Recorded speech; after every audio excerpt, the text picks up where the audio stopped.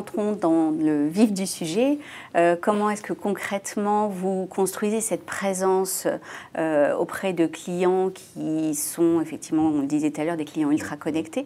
Vous nous avez parlé des réseaux sociaux, vous êtes un pure player, donc expliquez-nous plus en détail comment ça s'articule. Alors, bon, on va essayer de faire court, mais l'idée c'est quand même de traiter le client en fonction du moment où il se trouve par rapport à l'achat. Donc sur la marque Opodo, on a essayé de mettre en place un site aspirationnel et des applications aspirationnelles qui permettent aux clients vraiment d'aller chercher des produits, des destinations, non pas en fonction d'un critère date, destination, mais bien zone géographique, grande période de temps en fonction de la météo, de la qualité de la météo, etc. Parce qu'il y a des zones où ça ne sert à rien de partir au mois d'août dans certains pays.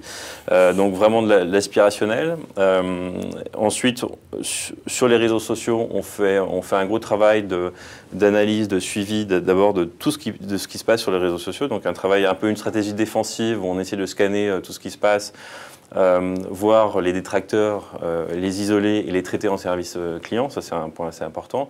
Sur la marque Opodo, historiquement, on avait pas mal de problèmes et beaucoup de détracteurs qui polluaient nos réseaux sociaux, donc on a fait la mise en place de ces outils de veille et mise en place de process systématiques pour aller traiter soit via le SAV, soit via même une action juridique, un certain nombre de problématiques. Une fois que cette stratégie défensive est mise en place et qu'elle fonctionne, après, on travaille vraiment les réseaux sociaux.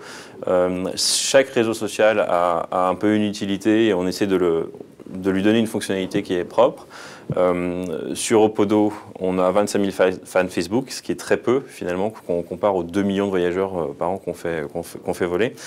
Bon, il y a différentes raisons pour ça, mais on a commencé à mettre en place une stratégie relationnelle très qualitative. Et là, on est dans une phase où on essaye de comprendre ce qu'ils veulent, ce qu'ils attendent de nous sur Facebook, par exemple. Très clairement, on a mis en place des démarches vente flash, enchères sur les réseaux sociaux, qui sont des choses qui marchent, mais pas de façon très significative, tout simplement parce qu'on s'est aperçu au bout d'un certain temps que le transactionnel sur les réseaux sociaux, c'est pas encore ça ne correspond pas à l'attente de nos fans. Donc là, on est en train de les sonder en ce moment. On fait plein de choses. On a mis en place, il y a des choses toutes bêtes qu'on fait sur voyager à travers la cuisine, etc., qui cartonnent. C'est assez surprenant, mais en fait, ça correspond à une attente spécifique d'une tranche de notre clientèle. Donc Facebook, on est en train de sonder. Sur Twitter, Opodo, on a un cas particulier où là, il y a 40 000 followers sur Twitter, ce qui est quand même assez honorable par rapport à ce qu'on a sur Facebook et par rapport à la totalité des utilisateurs de Twitter. Je ne sais pas, honnêtement, comment est-ce qu'on en est arrivé à générer cette envie sur Twitter. En tous les cas, ça fonctionne et on l'utilise. Et donc là, on anime de façon assez systématique. On a fait le 15 mai une Twitter party. Donc, grosso modo, l'idée, c'est sur une tranche de 2 heures ou 3 heures. Il y a une espèce de jeu. On pose des questions, il y a des lots à gagner, des voyages à gagner. Et ça a cartonné. On est arrivé, je crois, que deuxième sujet le plus tweeté dans la journée, juste après l'investiture de François Hollande. Donc ça, c'est des choses qui fonctionnent bien. Et ça nous permet vraiment de créer un lien avec nos clients. Bon, ça, c'est pour la partie réseaux sociaux. L'étape qu'on est en train de franchir maintenant sur ces réseaux sociaux, c'est socialiser nos sites. Là, on est un petit peu en retard. On est un peu en retard technologiquement parce que sur un site de voyage, c'est pas aussi simple que ça.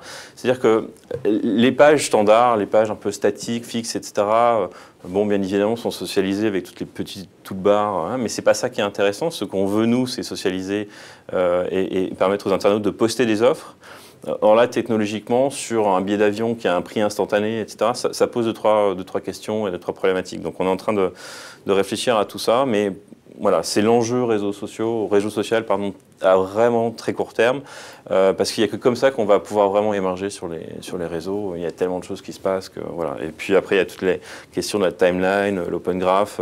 On est en train de se poser des questions, mais typiquement l'open graph, moi, je trouve que c'est assez dangereux. J'ai pas envie que toutes les recherches de 1000 clients sur des destinations se retrouvent comme ça sur Facebook sans qu'ils fassent vraiment attention, parce que je pense que les gens sont pas assez mûrs aujourd'hui pour savoir exactement qu'est-ce qui se passe derrière leur page Facebook. Vous êtes présent sur le mobile aussi. Bien sûr, alors sur le mobile, alors, les applications qu'on a sont des applications qui sont aussi déportées sur le mobile, hein, les applications aspirationnelles sont sur le mobile. Sur la marque Opodo, on a commencé assez tôt par déployer un site mobile. Qui est une bonne chose. Aujourd'hui, le site mobile, grosso modo, c'est un trafic qui est en train d'exploser, hein, une croissance de 140%, je crois, par an en termes de volume de trafic. Ça représente 5% de nos transactions aujourd'hui, et un trafic qui doit être un peu supérieur, avec un taux de conversion qui est, en fonction des plateformes, qui est très bon. Et typiquement, quand on parle de la segmentation pas de plateforme, l'iPad est la plateforme qui transforme le mieux, ouais. qui l'emporte largement. Voilà. Donc, comme aujourd'hui Chrome sur Opodo, c'est le deuxième browser, et c'est le browser qui transforme le mieux. Donc tout ça, c'est assez intéressant de voir. Donc on est aussi sur la partie mobile. La problématique, alors là non plus au niveau d'Opodo seulement, mais au niveau du groupe, c'est que ça va tellement vite, les réseaux sociaux, il se passe tellement de choses, et qu'on est tellement concentré sur des problématiques technologiques lourdes avec des intégrations GDS, etc., c'est qu'on n'a pas les ressources ni le temps d'avoir des équipes IT dédiées à ces problématiques-là. Donc au niveau groupe, on a un parti pris assez fort, c'est de dire on va créer une venture, un fonds d'investissement. Donc on a créé un fonds d'investissement qui est en train d'identifier une dizaine de startups à forte valeur ajoutée pour le groupe, des technologies qui peuvent être utiles au secteur tourisme. Et on est en train d'investir dessus, dans ces différentes sociétés, pour pouvoir bénéficier vraiment de leurs avantages technologiques, de leur intégration. Donc on a étudié pas mal de dossiers. Il y a des choses vraiment intéressantes. Il y a aujourd'hui sur le secteur tourisme des sites vraiment très malins.